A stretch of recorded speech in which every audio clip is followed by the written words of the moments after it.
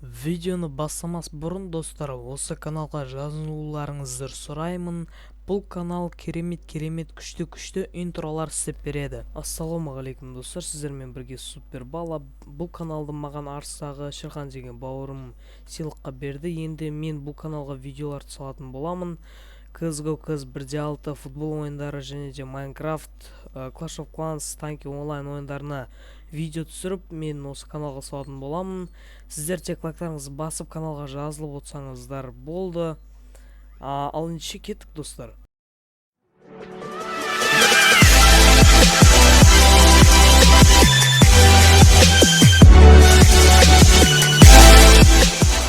Бүгін бізде өздеріңіз көріп отқандай Clash of Clans ойынына видео түсіреміз. Менде көріп отқандарыңыздай 9-шы ратуша, 103-ші уровень, король 10, королева 8-ші, миротворцы деген кландамын. Міне миротворцы деген кландамын. Егер осы қазақ кланы болатын болса, комментарийға жазып кетіңіздер. Міндетті түрде кіретін боламын ол кланға. Қазір лабораторияда менде маг колдун, яғни 6-шы уровеньге көтерілуде.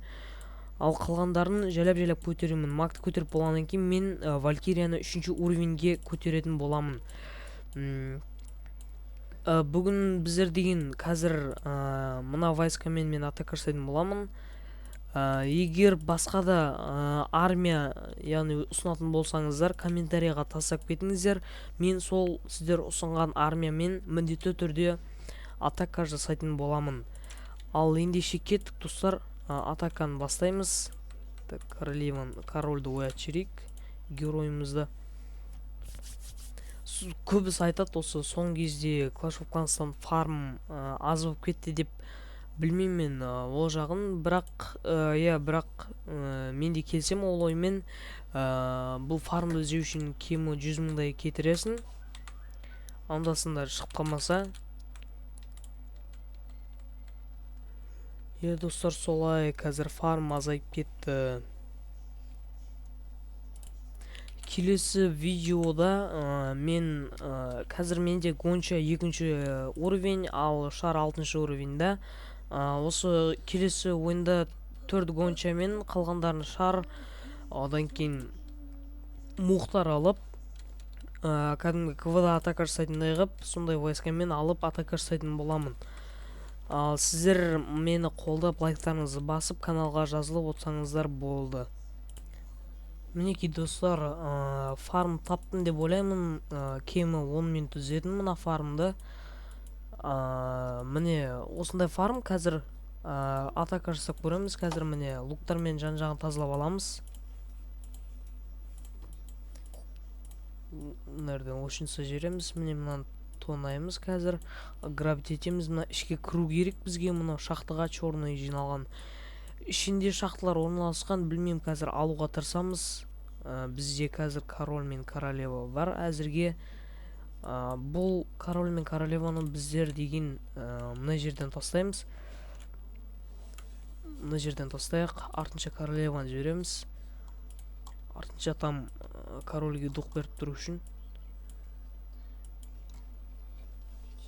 Қазір корольдің күшін қолданамыз. Бір орны келгенде міне патайна Теслам нәрден шықты. Корольдің күшін қолданамыз, және де қазір королеваның күшін қолданамыз. Енді мына жерде королева орналасқан екен. Қазір біз бұны мына жерден бір маг береміз. Қазір бұл магқа келатқанда артыншаның бір 4 магты жіберіп королеваны өлтіріп аламыз. Одан кейін мына жерден 1-2 валькирия, күші жетем екен, аламын екен. Мына шақтың бір валькирия 2-ші уровеньдегі аламайтын секілді. Артынша бір валькирия тағы да көмекке. Мынараға тағы біреуін тастай саламыз.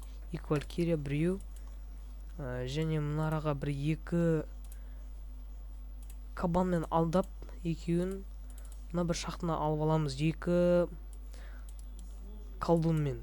Қазір бізге колдун қайталап айтайын. Колдун бізде 6-шы уровень көтерілуде. Сол себепті уайымдамаңыздар. Менде колдун әзірге 5-ші уровень.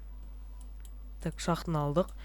Мына бір жерден өту керек бізге. Қазір гиганттар жүнжен бабалар жібереміз. Жүнжен баба кетті жүн бабалар. Так, тастайды мынаны. Артынша 2 стена бой. Бізге тек қана фарм керек. Заклинанияларды қолданбайтын секілдімін мен қазір. Либо бір екеуін қолданып қалмасам, қолданбайтын секілдімін. Мынерге бір жан беретін тастай салсам, тастайын. Міне бір екі заклинаны қолданатын секілдімін. Так, мынерде мактар өздерінің жұмысын жасауда. Бір құтыртатын тастай салайын. Четер бір екі құтыртатын тастайтын секілдімін қазір. Сонда менде тек бір жан беретін мен мына бір заклинаны қолданбайтын секілдімін. Завершить етеміз. Бір жұлдыз алдық, біз өзімізге керекті нәрсені алдық. Бұл мынерде бір валькирия ғана жүр. Өзі жұмысын жасап өлді. Бұл валькирияда жаны қалмады. Шаршады. Қой демалсын бәрі. Бұл бірінші атака кетті. Екінші, қазір міне бізде КВ бітті. Ұттық біз 28-18 есебімен бұл КВ-ны ұттық. Бірақ мен бұл КВ-да қатысқан жоқпын, военный наблюдатель. Себебі мен алдыңғы КВ-да осы уақыт болмай менің кесірімнен алдыңғы КВ-да ұтылған болатын. Менде ходвайны көретін болсақ, қазір алдыңғы КВ-да мені алған. Міне мен 2 атакамды қолдамағам. 2 атакамды мен 3 пен 4-ші қарсыластықтардан мен оп-оңай 3 жұлдыз алатын едім. Мен оған сенімдімін. Міне бірақ осы менде қол тимей менің кесірімнен бұл КВ-да ұтылып қалды. Енді келесі КВ-ға алады деген үміттемін. Сондықтан мені бұл КВ-ға алмады. Қалай ойлайсыздар? Менде қазір 4 вазушка бірден 7-ші уровеньге көтеріліп жатыр. Бірі ең уақыты азы 18 сағаттан кейін бітеді. Қалай ойлайсыздар? 18 сағаттан кейін қайсыны көтерген дұрыс деп ойлайсыздар? Пушкаларды ма, жоқ әлде мынаны көтеріп тастайын ба? Казарманы 11-ші уровеньге тек осы казарма ғана қалған менде. 11-де көтерілмеген міне. Әйтпесе осы 3 казармамда 11-ші уровеньде. Потайная Теслам бәрі көтерілген. Қалай ойлайсыздар? Қайсыны көтеру керек? Башня колдунаны көтерейін бе, жоқ әлде башня лучницаларды көтерейін бе, жоқ әлде пушкаларды көтерейін бе 11-ге?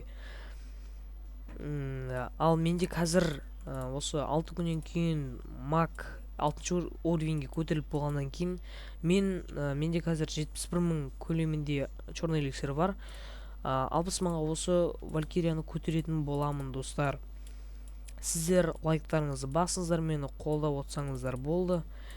Келесі видео осы танки онлайннан түсіріледі, немесе Майнкрафттан деген жоба бар менде. Ал достар, енді келесі атакаға кетейік. Мыналарды кристалмен шығара салайық. Бәрі сіздер үшін, достар. Так, ал кеттік ал екінші атакаға. Қиын енді қазір фармның шығуы. Күтеміз ал. Мінеки достар, бір мен болды ма болмады ма, мен уже жақсы фарм таптым. Шахтада орналасқан бәрі, шахтаға жиналып қалған. Тонаймыз, агравить етеміз. Полностью агравить етуге тырысамыз. Так, лучницалармен алыс тұрған шахталарды құртып аламыз. Гиганттармен қай жақтан кірген дұрыс деп ойлайсыздар? Давайте төменгі жақтан кіреміз, гиганттар жібереміз. Одан кейін артынша сенобой, мактар, валькириялар, кабандар. Крепость клан тексермедік. Өкінішке орай қазір тексеретін боламыз. Мына шахталарды құртып болсын. Қазір кланнан әскер шығып, учницаның бәрін құртып тастаса, ол бір бәле болады.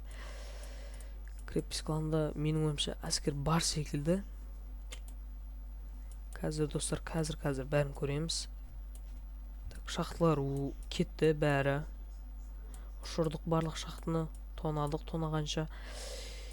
Қалай тексереміз? Мынерден бір кабан тастап көрейікші. Осы кабан тексерсе, тексермесе қалды.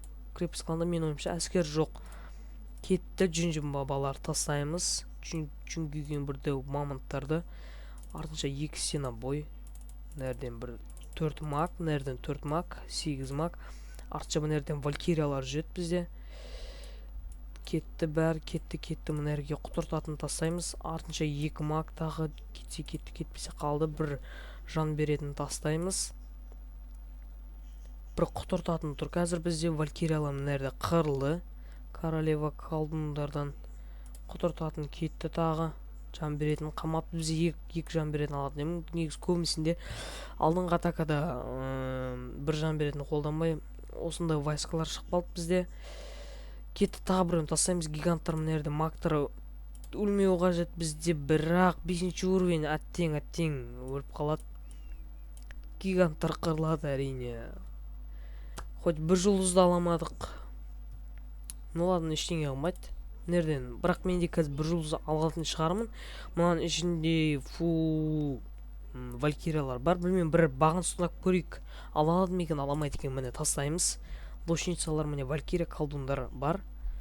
Мынаны тастай салайық. Бір жұлдыз оп-оңай алып тұрмыз. Королеваны ұшырды. Ұйықтататын жерден ұйықтатты. Міне бір жұлдыз алдық, оп-оңай. Валькириялар 5-ші уровендегі шатыспасам. Маг тонадым міне бір черный эликсир жиналатын шақтаны құртып алдық. Осылайша бір жұлдыз алдық, енді болады. Ладно, жетеді осы.